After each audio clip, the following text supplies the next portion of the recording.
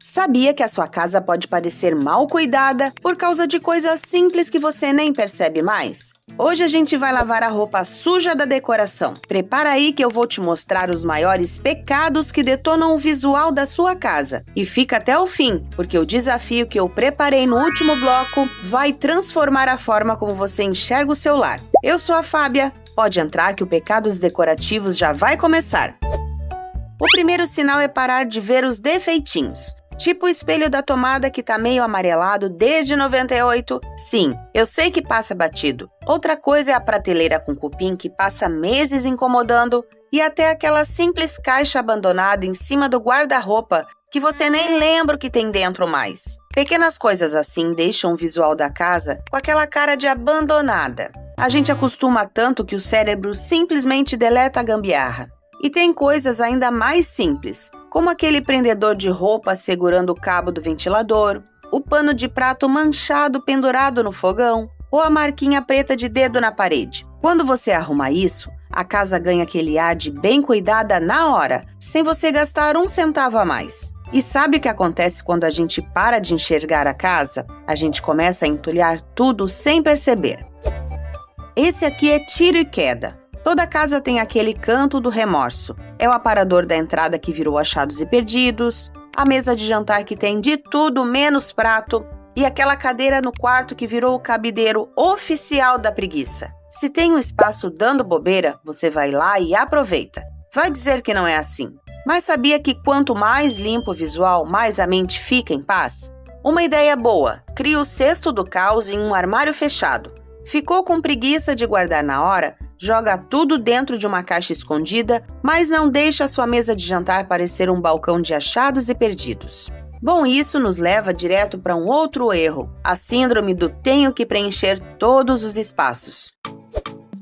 Tem pecados decorativos que a gente não enxerga quase nunca. Achar que todo lugar vazio precisa ter alguma coisa em cima. Cada centímetro quadrado com porta-retrato, vasinho, vela. A decoração assim parece sufocada. Papo sincero, para de encher cada canto mesmo se a casa for pequena. Então faz assim, agrupa 2 ou 3 coisas bonitas e deixa o resto do móvel vazio. Esse espaço não é falta de decoração, é beleza. Se você tem muita coisa, usa a técnica do rodízio. Você não precisa botar fora o vaso que ganhou de presente. Guarda numa caixa e vai trocando a cada 3 meses.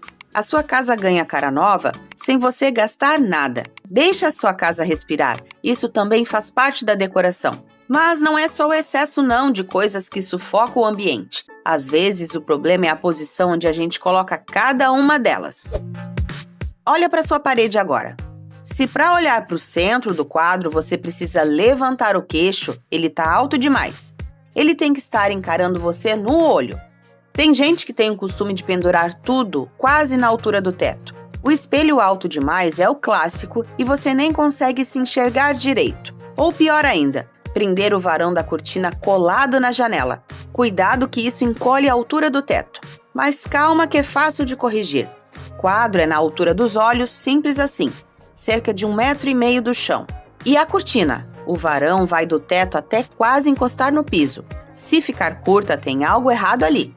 Mas por que isso muda tanto? Porque quando a cortina vai do teto ao chão, ela estica a parede. Dá a sensação de que o teto é mais alto e que a sua sala é ainda maior. Já o quadro na altura dos olhos faz a casa parecer ajeitada e não onde tudo foi pendurado de qualquer jeito. O resultado é muito mais aconchegante como você vê nas imagens.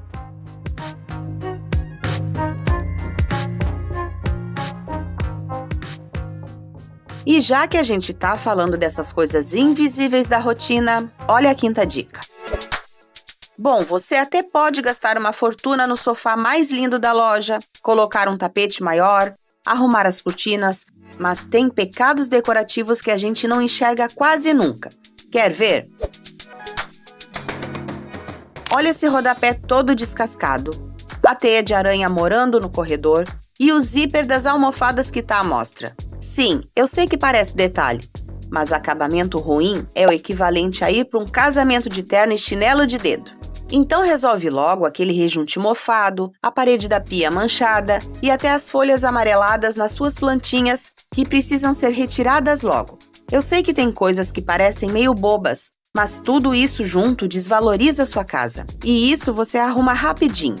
Aqui eu quero te ajudar a transformar até a casa simples em um ambiente mais bonito e confortável. Agora, se a sua casa tá com esses detalhes ok, mas você ainda sente um gelo no ar, talvez seja por isso. Tem ambiente que parece que não foi terminado nunca. Eu entendo que às vezes a falta de verba é comum, mas faz um plano comigo das mudanças que você quer fazer ainda nesse ano e começa aos pouquinhos. Por exemplo, as paredes sem graça, sem um toque de cor, aquela casa cheia de luz branca e quase nenhum tecido para dar aconchego. Esses 3 geralmente são os pontos que mais aparecem quando você resolve mudar a decoração. Sabe por quê? Porque a luz branca parece luz de farmácia. Ela deixa a gente agitada e a casa fica fria. Quando você coloca uma lâmpada amarela e um tecido levinho, a casa te dá aquele abraço no fim do dia. E aí você finalmente consegue sentar no sofá e relaxar de verdade. E por falar em relaxar, olha isso. Agora vamos fazer uma brincadeira. Para agora e percebe. Qual é o cheiro da sua casa? Eu pergunto porque do que adianta a casa estar ajeitada se você entra e tem aquele cheiro de ar abafado, de mofo, até de gordura? A decoração não é só o que a gente vê, é o que a gente sente também. Então abre as janelas todo dia para deixar o ar circular e passa um cheirinho gostoso nos tecidos. Uma dica prática e barata. Misturinha caseira com álcool, água e amaciante concentrado para borrifar nos tecidos da casa. Pode colocar no sofá, na cortina e na cama. Faça isso todas as manhãs na hora de abrir as janelas. No fim do dia, após o trabalho, quem sabe acende uma vela perfumada. Cheirinho de casa limpa ganha 50% mais pontos de aconchego automaticamente.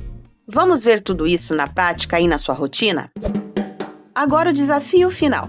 Quero ver quem tem coragem de sair de casa agora e dar uma volta na rua e entrar na porta da frente fingindo que é a vizinha fofoqueira vindo tomar um café. Repara o que está entulhado, o que está pendurado torto e o cheiro do ambiente. Olha para tudo. Brincadeiras à parte, você vai perceber que deixar a casa gostosa de viver não exige um caminhão de coisas novas. Afinal, tudo aí dentro foi conquistado com tanto suor e é tão bom conseguir cuidar e valorizar a casa. Faz esse teste hoje e já comenta aqui. Qual é o pecado decorativo que você olhou e pensou: nossa, a Fábia tá falando de mim?